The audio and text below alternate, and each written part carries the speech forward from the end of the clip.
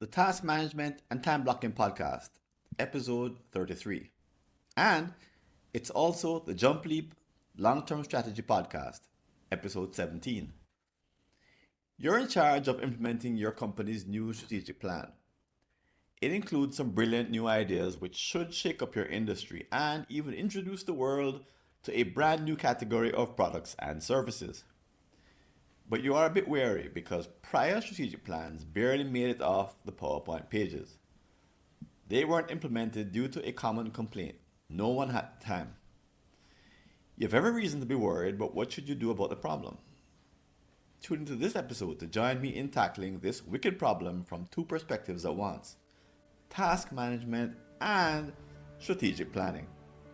I'm Francis Wade, and welcome to the Task Management and Time Blocking Podcast and the Jump Leap Long Term Strategy Podcast.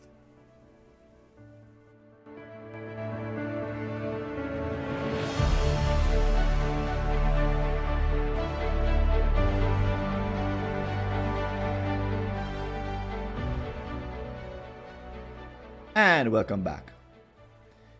And if this is the first time that you're tuning into either of my podcasts, you may be a bit confused, but let me explain what's happening. So I have two separate podcasts: the Task Management and Time Blocking Podcast and the Jump Leap Long Term Strategy Podcast, as you can tell by looking at the logos on the screen. And this issue, or this episode, is actually a single area where both of my areas of interest happen to intersect or overlap. So as I mentioned before, the problem of time management in implementing strategy or any complex project of any kind is tremendous. It thwarts many teams and it stops projects from being realized. So in today's show, we're going to take the approach that I usually take in both podcasts have a very similar layout in which we tackle the problem and tear it apart. In other words, we undertake a diagnosis to understand its nature. And the reason that we spend maybe 55 minutes out of 60 diagnosing the problem is because I want to give you, the listener, an understanding of where the problem comes from, why it exists, its true nature, why people get misled to thinking it's something that it's not, sort of the red herrings. I want you to be able to understand these deeper issues and questions and analysis so that you can take the ideas that I share back to your regular life, to your workplace, to the place where you're interested in productivity or strategy, and you're probably someone who isn't strong in both areas at the same time. So I'm going to address the nuances of both, and reasons why, when they overlap, companies run into such problems. Okay, they have such a difficult time.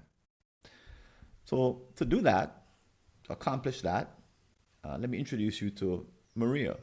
She's a highly accomplished project manager and a certified PMP, project management professional. Once again, she's in charge of implementing and executing the company's latest strategic plan. She's quite proud of the work the leadership team did to put together the plan at their recent retreat. And the fact that they are fully behind it is a big plus. However, she remains anxious. In prior years, strategic plans were casualties of busy schedules and overwhelmed executives with overfull calendars, meetings, email, and a bunch of things that were not productive. And essence, they couldn't manage the extra responsibilities called for by this new project. So the strategic plan simply floundered in the months after the retreat. After a couple of quarters, in each case, little or no progress had been made. And unfortunately, she's at a loss to understand exactly why, because the C-suiters who are in charge of the plan are some of the most hardworking people she's ever met. She doesn't doubt their sincerity. They're authentic. They have a great culture. But she was starting to think that they simply don't have the task management skills necessary, or what most people call time management. Should she be concerned? And if she should be concerned, what can she do to make a difference?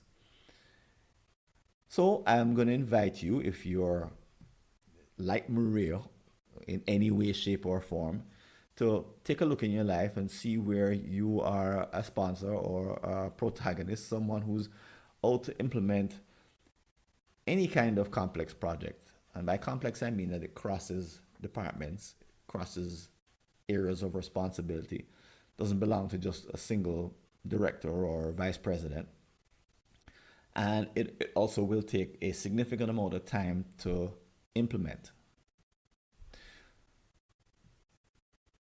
Unfortunately, as you look around, you've seen that other projects have fallen apart. And it's not because the project management was weak. So you have a Maria, or you are Maria, in that you know how to manage a project well. Instead, it has something to do with the individuals who are involved and who need to change their behavior, who need to act. Um, the problem is if this issue isn't ultimately resolved, that quality plans and projects won't get implemented. And eventually, some companies don't even try to implement complex projects any longer because the, the, the history of failure is so prominent. And if you're someone who believes that these projects are needed to move the needle, then you may feel a sense of impatience, even depression because they keep failing so often, annoyance, or just even confusion because the answers just don't seem to come readily. And I'll probably share later on that there are blind spots in the areas in which these two overlap because you know a lot about one area but not too much about the other: strategy and task management and time blocking. But let's start with the conviction, or move from a conviction that there ought to be a way to go from ideation to implementation effectively. That there are issues around creating a brand new kind of strategy or project, which starts out being very ephemeral, and seeing it move to consistent implementation in sort of the regular lives of regular people who work in your company. That part just doesn't happen. And today we're going to forge a way to think about this problem. And I should probably tell you, however, that I've never seen a podcast on this topic, or I don't think I've even read an article that goes beyond just throwing around some conventional wisdom and dropping a couple quotes and repeating a few memes. So if you're like Maria, solving this problem is the key. It should be the number one job of a CEO. And when companies don't fix the problem and don't implement their biggest and best ideas, their most important strategic plans, they end up sometimes lacking because they lack implementation and they don't know where to put the blame. So they blame all the wrong people. You know, some people would say the executives are lazy, or they'll agree and be all happy in the retreat, and then they don't follow up, and that's due to some kind of moral failing or some kind of cultural issue, some shortfall, or maybe they just lack integrity. That they're all happy to cheerlead and come up with ideas, but they're not willing to do the hard work. In other words, there's some kind of character flaw. So we're going to go way beyond that today. But when you think it's a character flaw, you may think that you need a cultural intervention.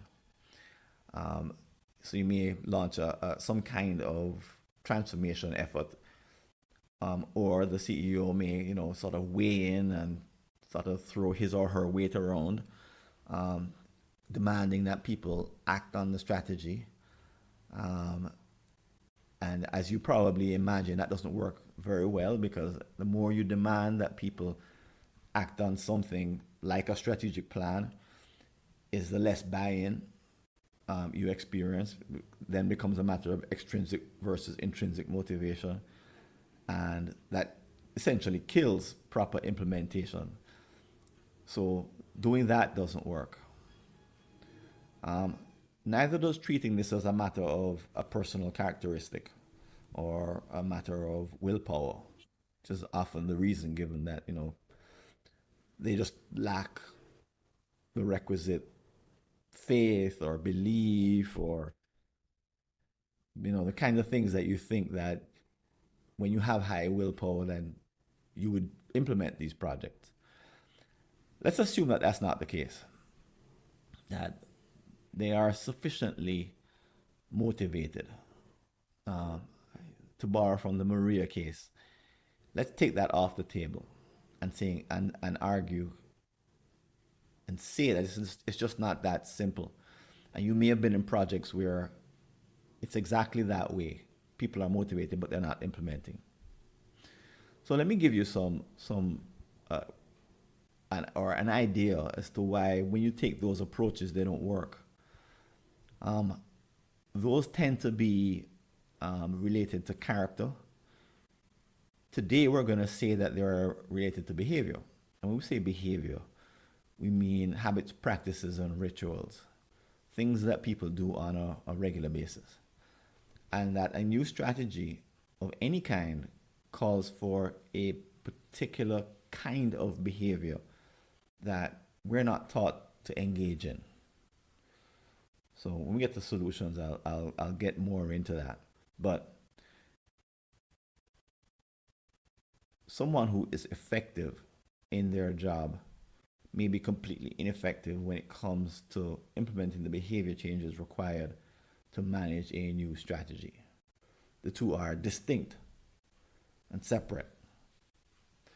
Add to the problem the fact that implementing a short-term change in which you see an immediate effect is far easier than engaging in projects that don't have a payoff for 5 or 10 years.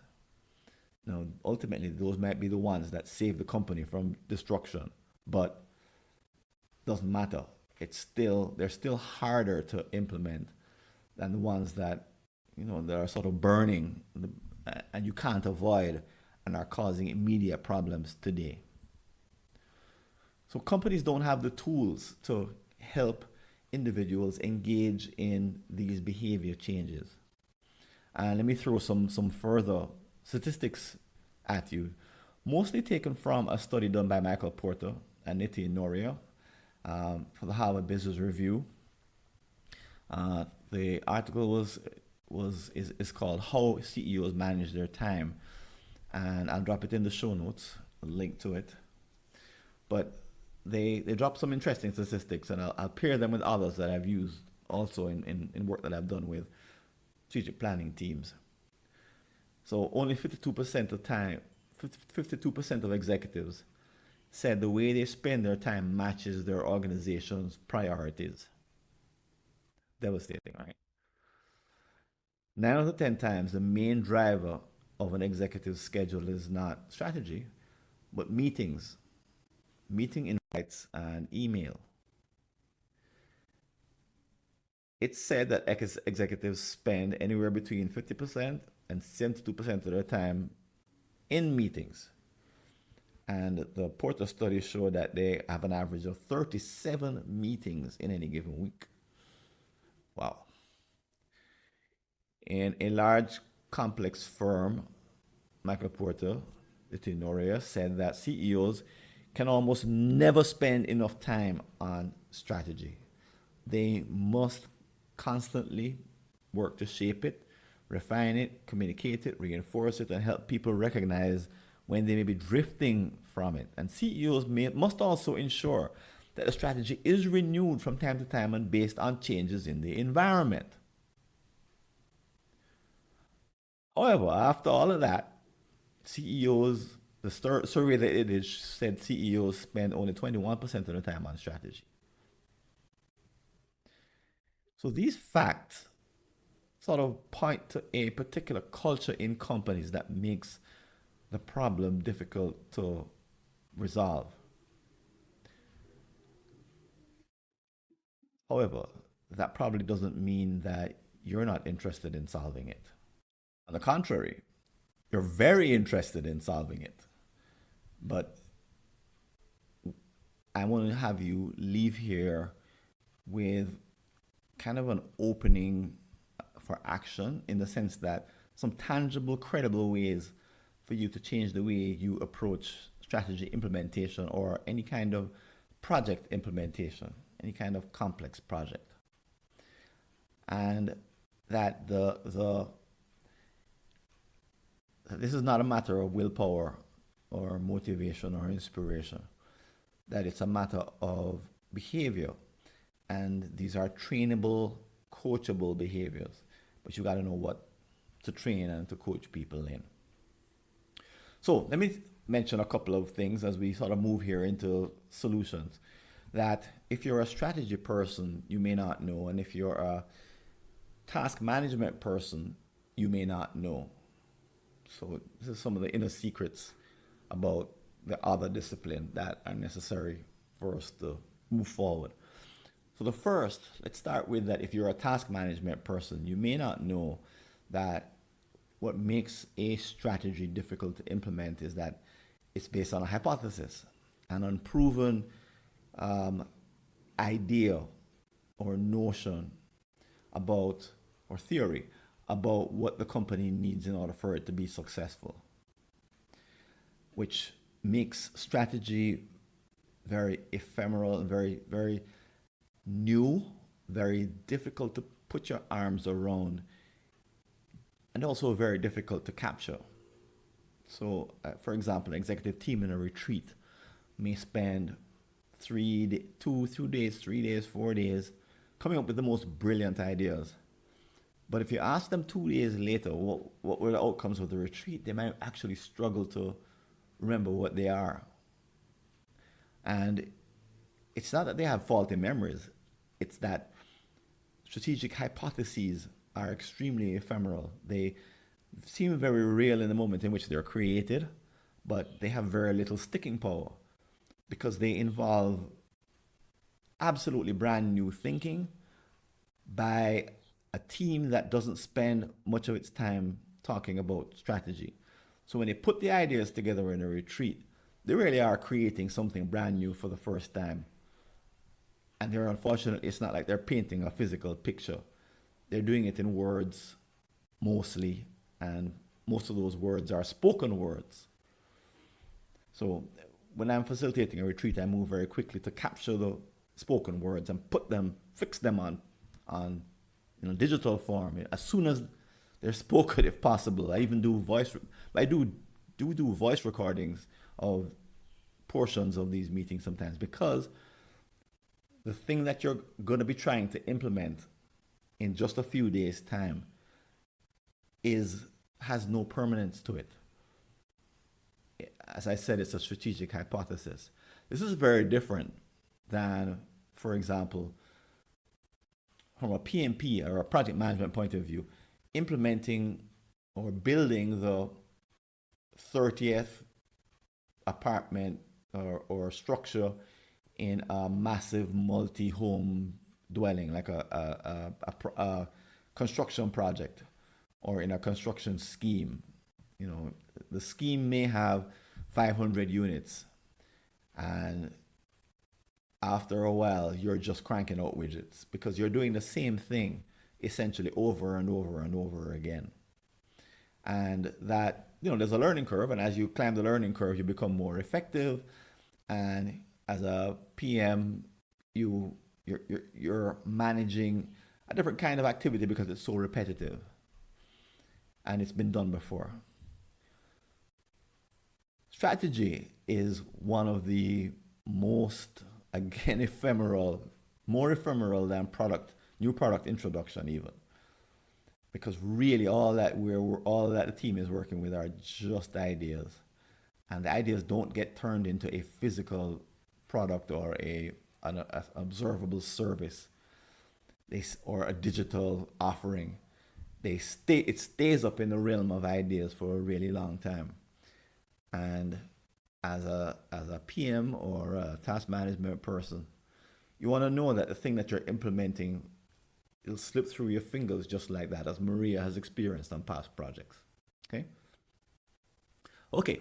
Now, if you're in the opposite school of thought and you're a strategy person, a strategy implementation person, let's say, and you don't know anything about task management, so as far as you're concerned, all you do is you give things to people and they're supposed to do them, right? That's kind of what their job is. and, and what they do, how they do it after that point is of no concern to you. If you're a task management person, you hear this, you're listening to this and what I just said, and you're hearing it with alarm because that's not how it works. So, how does it work? Well, let me give you a little bit of theory. A task, and in the task management world, I focus on what are called time demands, which are individual commitments to complete an action in the future. So, in other words, there are those moments where you promise yourself to do something later. It's a time demand. And task management is all about manipulating these time demands so that your commitments, the promises that you make to yourself, that these get kept.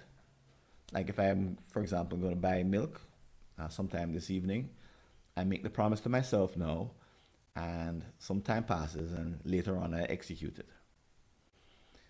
So, to use the word ephemeral, when we make these promises to ourselves, the action is up here in our minds. And we really have a problem when we start to make lots of promises to ourselves in our minds and only use our minds to manage them. So, in the task management world, I talk about there being a hierarchy of skills. And the way in which we assess this hierarchy is to use the 7 fundamentals. Now, I won't go into these in a lot of detail, and they're all outlined in my book, Perfect Time-Based Productivity. But these fundamentals start with the creation of a time demand and end with its completion. And in between, there's all the actions that we take so that what starts off as a thought ends up as a completed action. Okay. Now, the problem with the 7 fundamentals is that nobody knows what they are. Simply put, we're a bunch of self-taught people, all adults. There is no course in high school. People do teach themselves some version of the 7 fundamentals, and they do it, in an ad hoc way.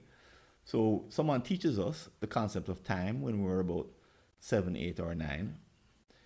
Somewhere in early adolescence, we use that concept to start to create our own time demands. And then sometime in our later adolescence or in our teen years, we teach ourselves to implement different versions of the 7 fundamentals. Most at a very low level of skill, and very few at a high level of skill. Most folks are in between, and it tends to be very low. And we know this because if you ask anyone, to complete a task in 3 weeks' time, there's probably a handful of people who will actually do it, let alone a year from now, let alone 3 years from now. So we human beings really have a problem when it comes to managing time demands. And the ones that tend to get done more frequently than the others aren't the let's pick up the milk kinds of time demands. Instead, they're habits. Habits that we execute without even thinking about them, like brushing your teeth, putting on your shoes in the morning, as you climb out of bed. You don't think about doing them. They're automatically done. So the problem with strategy is that essentially you're asking every single person who is in charge of implementing a new strategy to change the way they manage their time demands to accommodate this new strategy. Unfortunately, that's not explained, it's just kind of expected that this is what you'll do. In the task management world, we obsess over this particular problem. In the strategy world, we don't care. We just want you to figure it out. But in this episode, we can actually, speak to both sides of the coin and say that a strategy from a task management point of view is a huge ask, a new strategy. It's a big deal to ask someone to change, for example, what's in their calendar on a weekly basis so that it includes items which are essential to completing a strategy or the project. It's a huge ask.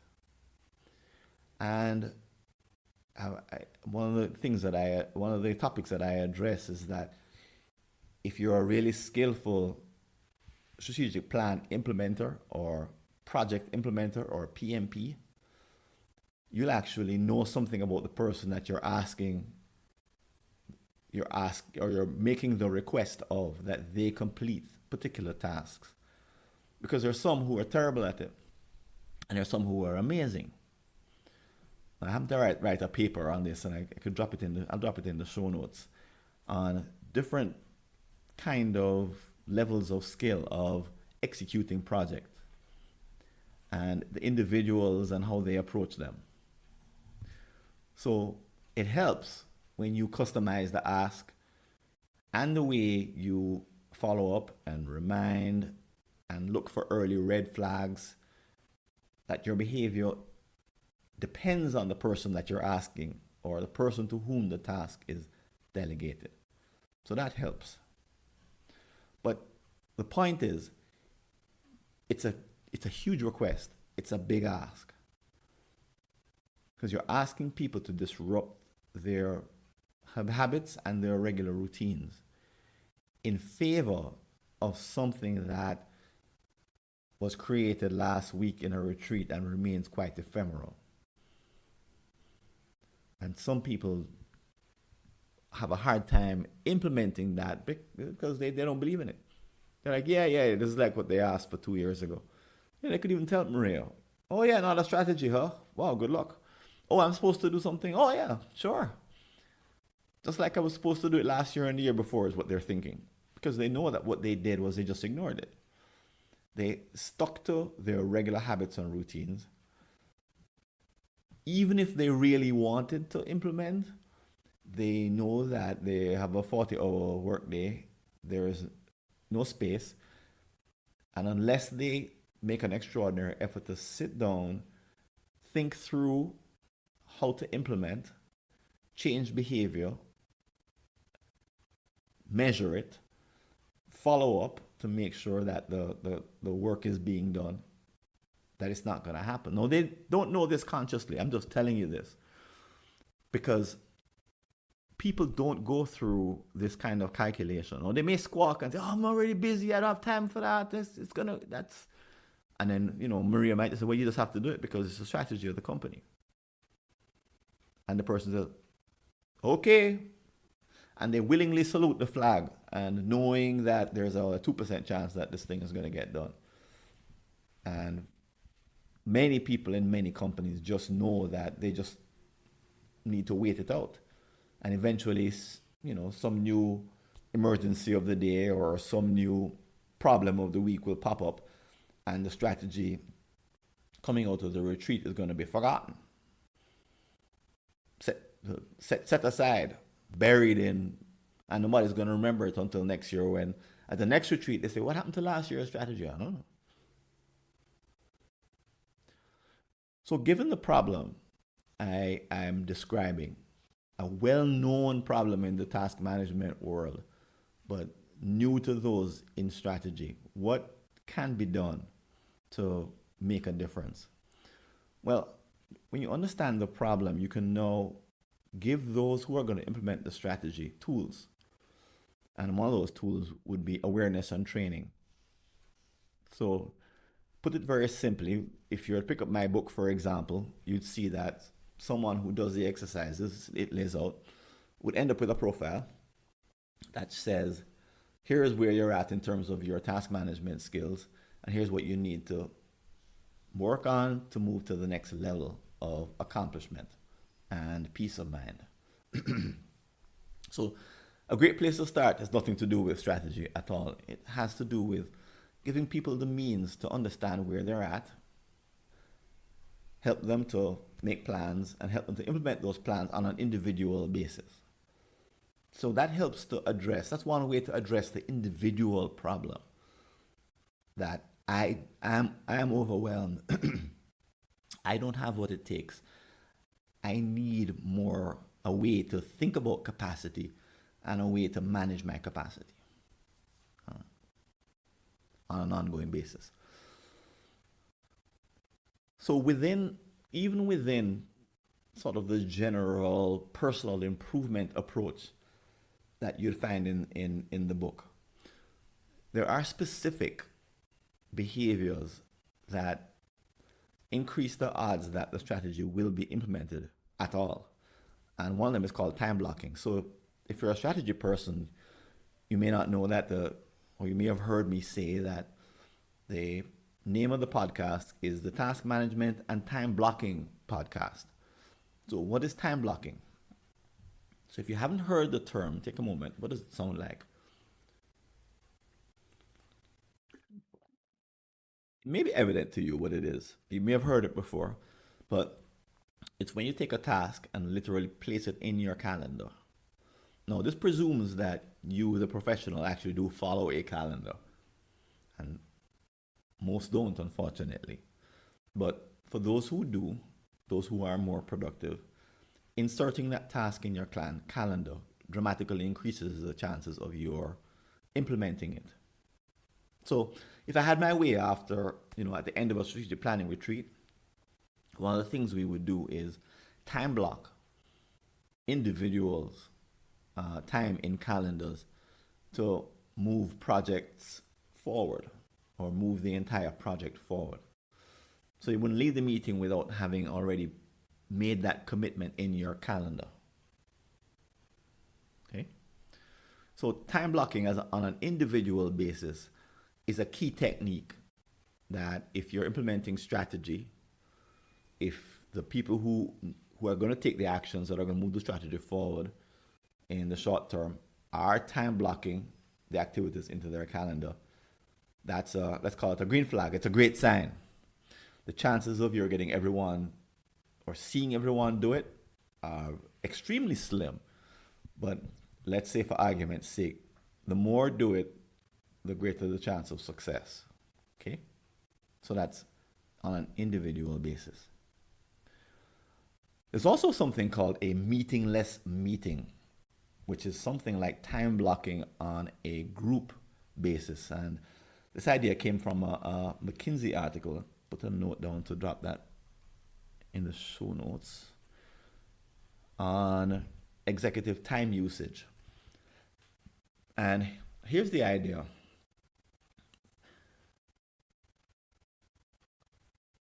An admin can be tasked with the job of tracking time executives spend on strategy on an individual basis, and then producing reports every week on how many hours are being input.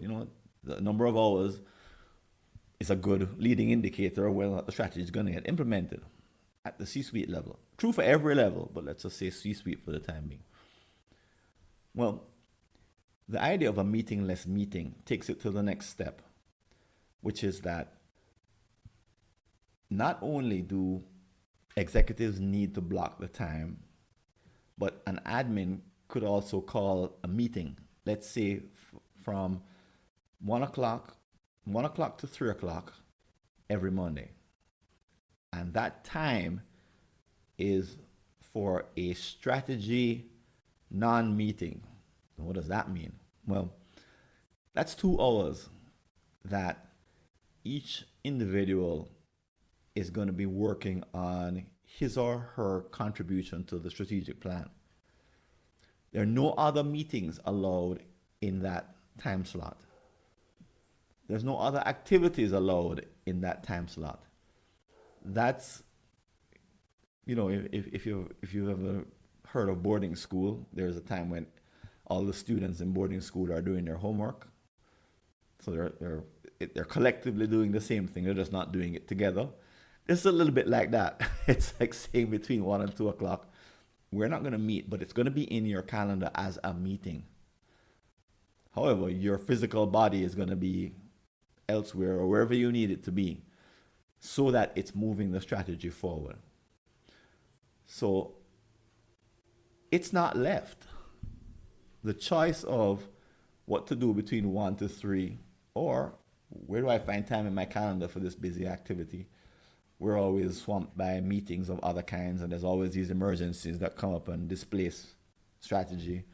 So no, that's not going to happen. Instead, if there's 8 members of the executive team of the C-suite, then we're going to spend 16 hours. Eight of us are going to spend 2 hours each on a Monday, which means 16 hours at least per week, moving the strategy forward. So it may sound like harsh medicine. And yeah, you know what? It kind of is, but it's a requirement for the nebulous, ephemeral nature of strategy. Because you can drive by the housing complex that I mentioned earlier and see that, it's been 3 months and they've not made one drop of progress. Because you can physically see the manifestation of, something isn't right. Or if you're in a service environment, if the service is not being delivered and the lines are long, you walk by the banking hall and you say, something's not right. There's 30 people in line and I can only see 2 tellers. So those are visual manifestations of that there is something wrong. Strategy doesn't enjoy in these early stages, right after it's been defined and you're now looking at the preliminary, primary, or the beginnings of implementation, you can't tell the strategy isn't being implemented, which is why a year later C-suiters will stumble into the new retreat and they say, we don't know what happened last year. I don't know. What happened to the big plans that we had? I don't know. We didn't implement anything. Yeah, but no one noticed it. So you got to take this sort of extra level of rigorous commitment to convert the ephemeral into movement, to ensure that there are no excuses. And it may sound like, you're putting all the executives in timeout or something. Maybe it is. But the idea of a meetingless meeting, and I'll add that in the show notes as well, because I wrote an article that defined what a meetingless meeting is. But again, beyond the technique, I want you to appreciate the world of post-strategy implementation as it intersects with task management. And see why these studies show that executives are already overcommitted, and according to them, they're not committed to the right things in their calendar. That they're extremely calendar and email driven rather than being driven by strategy. And that to be driven by strategy takes conscious effort. It won't happen by accident. It won't happen because of happy intentions and good feelings. It won't take place because everyone's motivated and we're the ones who put together the strategy, so it should be easy for us to implement. No, not true at all. Because the existing habit patterns, the profile of your skills, the routines you engage in every day, the email that's in your inbox unread, the meetings that you're obligated to go to, those are like a gravity that all conspire to destroy this ephemeral but great idea that you came up with during the strategic planning retreat. So these are just ideas. The tracking of the time, so the McKinsey article mentioned, and again, you know that may sound to you like, oh, executives don't need that level of coddling. It's nothing to do with egos and their level of experience. Frankly, I've met CEOs who are, according to the terminology that we use in task management in the book, they're white belts, which is the beginner belt. In other words, their skills are low. They create problems for other people because they're low. And I don't, I won't say for you for a moment that of the hundreds of people that we've surveyed, and we have the data that I could share with you, that I don't see that executive skills in task management are better than average. No, these people are smarter, they're more decisive, they have more experience, but as it pertains to their task management skills, they're no better than the average employee. They're worse in the sense that they have more built in commitments, more mandatory meetings to attend, more fiduciary responsibilities that can't be avoided, more things that make it difficult to implement anything new, strategic or otherwise, anything that requires a commitment from their calendars. So, another couple of other elements that you should also look at um, are performance management. But good performance management around strategy implementation should save you time down the road.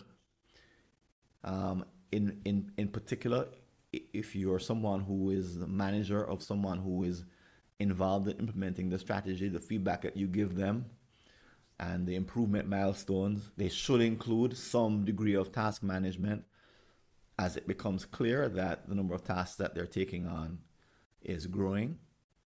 And hopefully you're someone who who thinks about task management not from a fixed point of view, like you only can manage X number of tasks per week and that's all, but that you're a growing individual and that your capacity can expand. You just need the assistance necessary to expand the number of tasks that you can manage. It's a matter of growth as opposed to being fixed, kind of along the lines of what Carl Dweck talks about in fixed versus growth mindset. So hopefully you're a manager who believes that, and performance management for you is your way of helping an employee to expand his or her capacity to manage, for example, tasks related to the strategic plan. So put that in your performance management system, do the training necessary, train the managers to be coaches, and you'll be establishing a win-win for everyone concerned. Okay? That's another idea of what can be done. And then also you can make the kind of structural organizational changes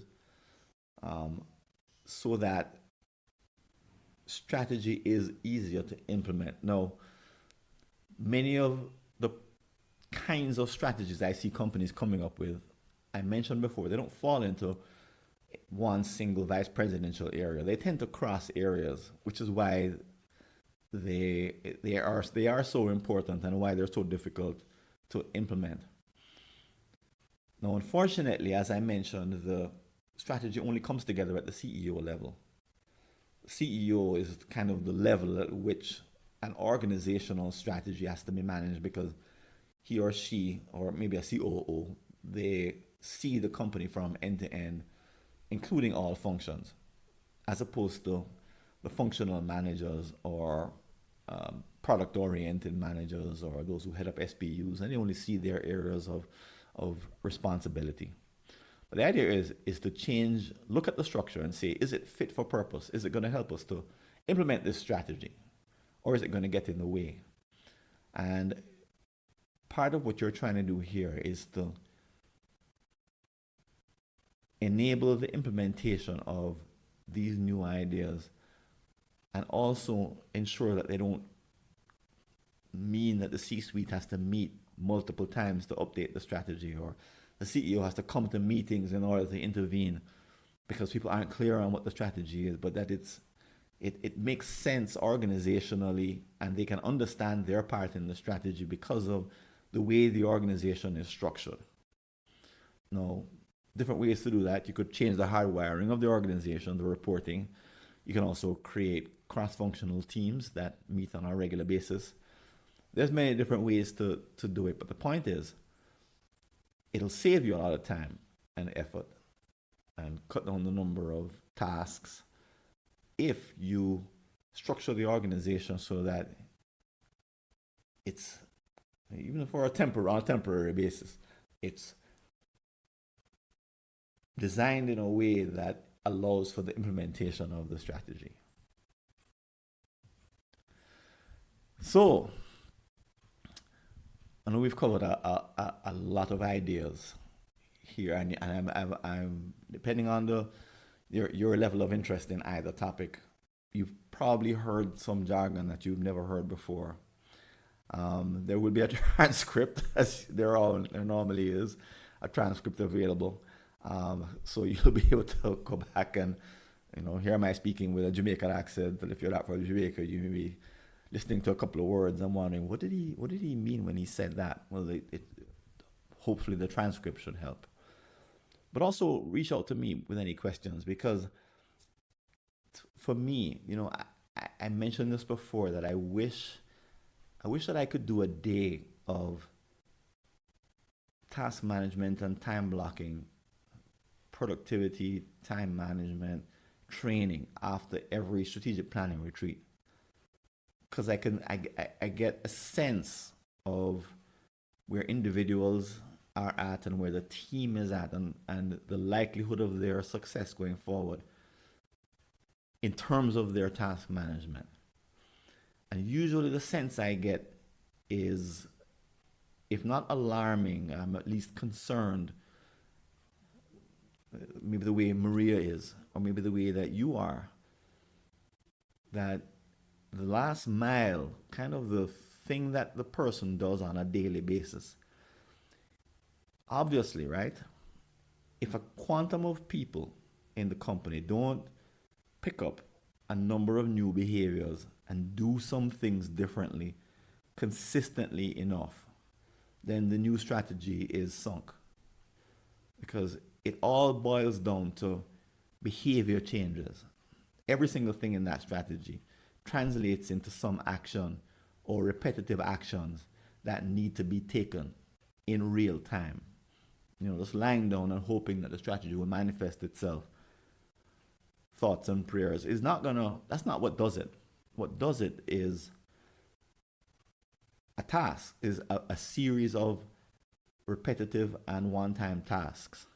And these must find their way into the 40 hours assigned to each individual. And if that does not happen, then it doesn't matter how great your strategy is. It's dead on arrival. So I hope I've opened up your mind, depending on where you're coming from, to understand that if you can see the whole picture, you could appreciate a certain level of kind of nuance that you need to bring, and deeper understanding, so that you don't end up with the disappointment that Maria alluded to, of not seeing a strategy implemented and then not really knowing why, or kind of like, how come it happened? People seem to be so excited about it. Excitement is one thing, being emotionally charged is, I'm not going to say those aren't good things, but they don't overcome habits, routines, lots of meetings, lots of email. Those things have a grip on companies, on every single organization. And so far, there's not a strong movement to loosen that grip by, for example, understanding the seven fundamentals. Instead, I find that staff remain stuck. People don't understand the whole problem, and no one is offering the kind of solutions that would solve the problem, not just once, but forever. So don't go away. I want to tell you what the next episode of the podcast that you follow is going to be. And I'll simply record two different endings to this and let you know what's going to happen in the next episode. So keep listening.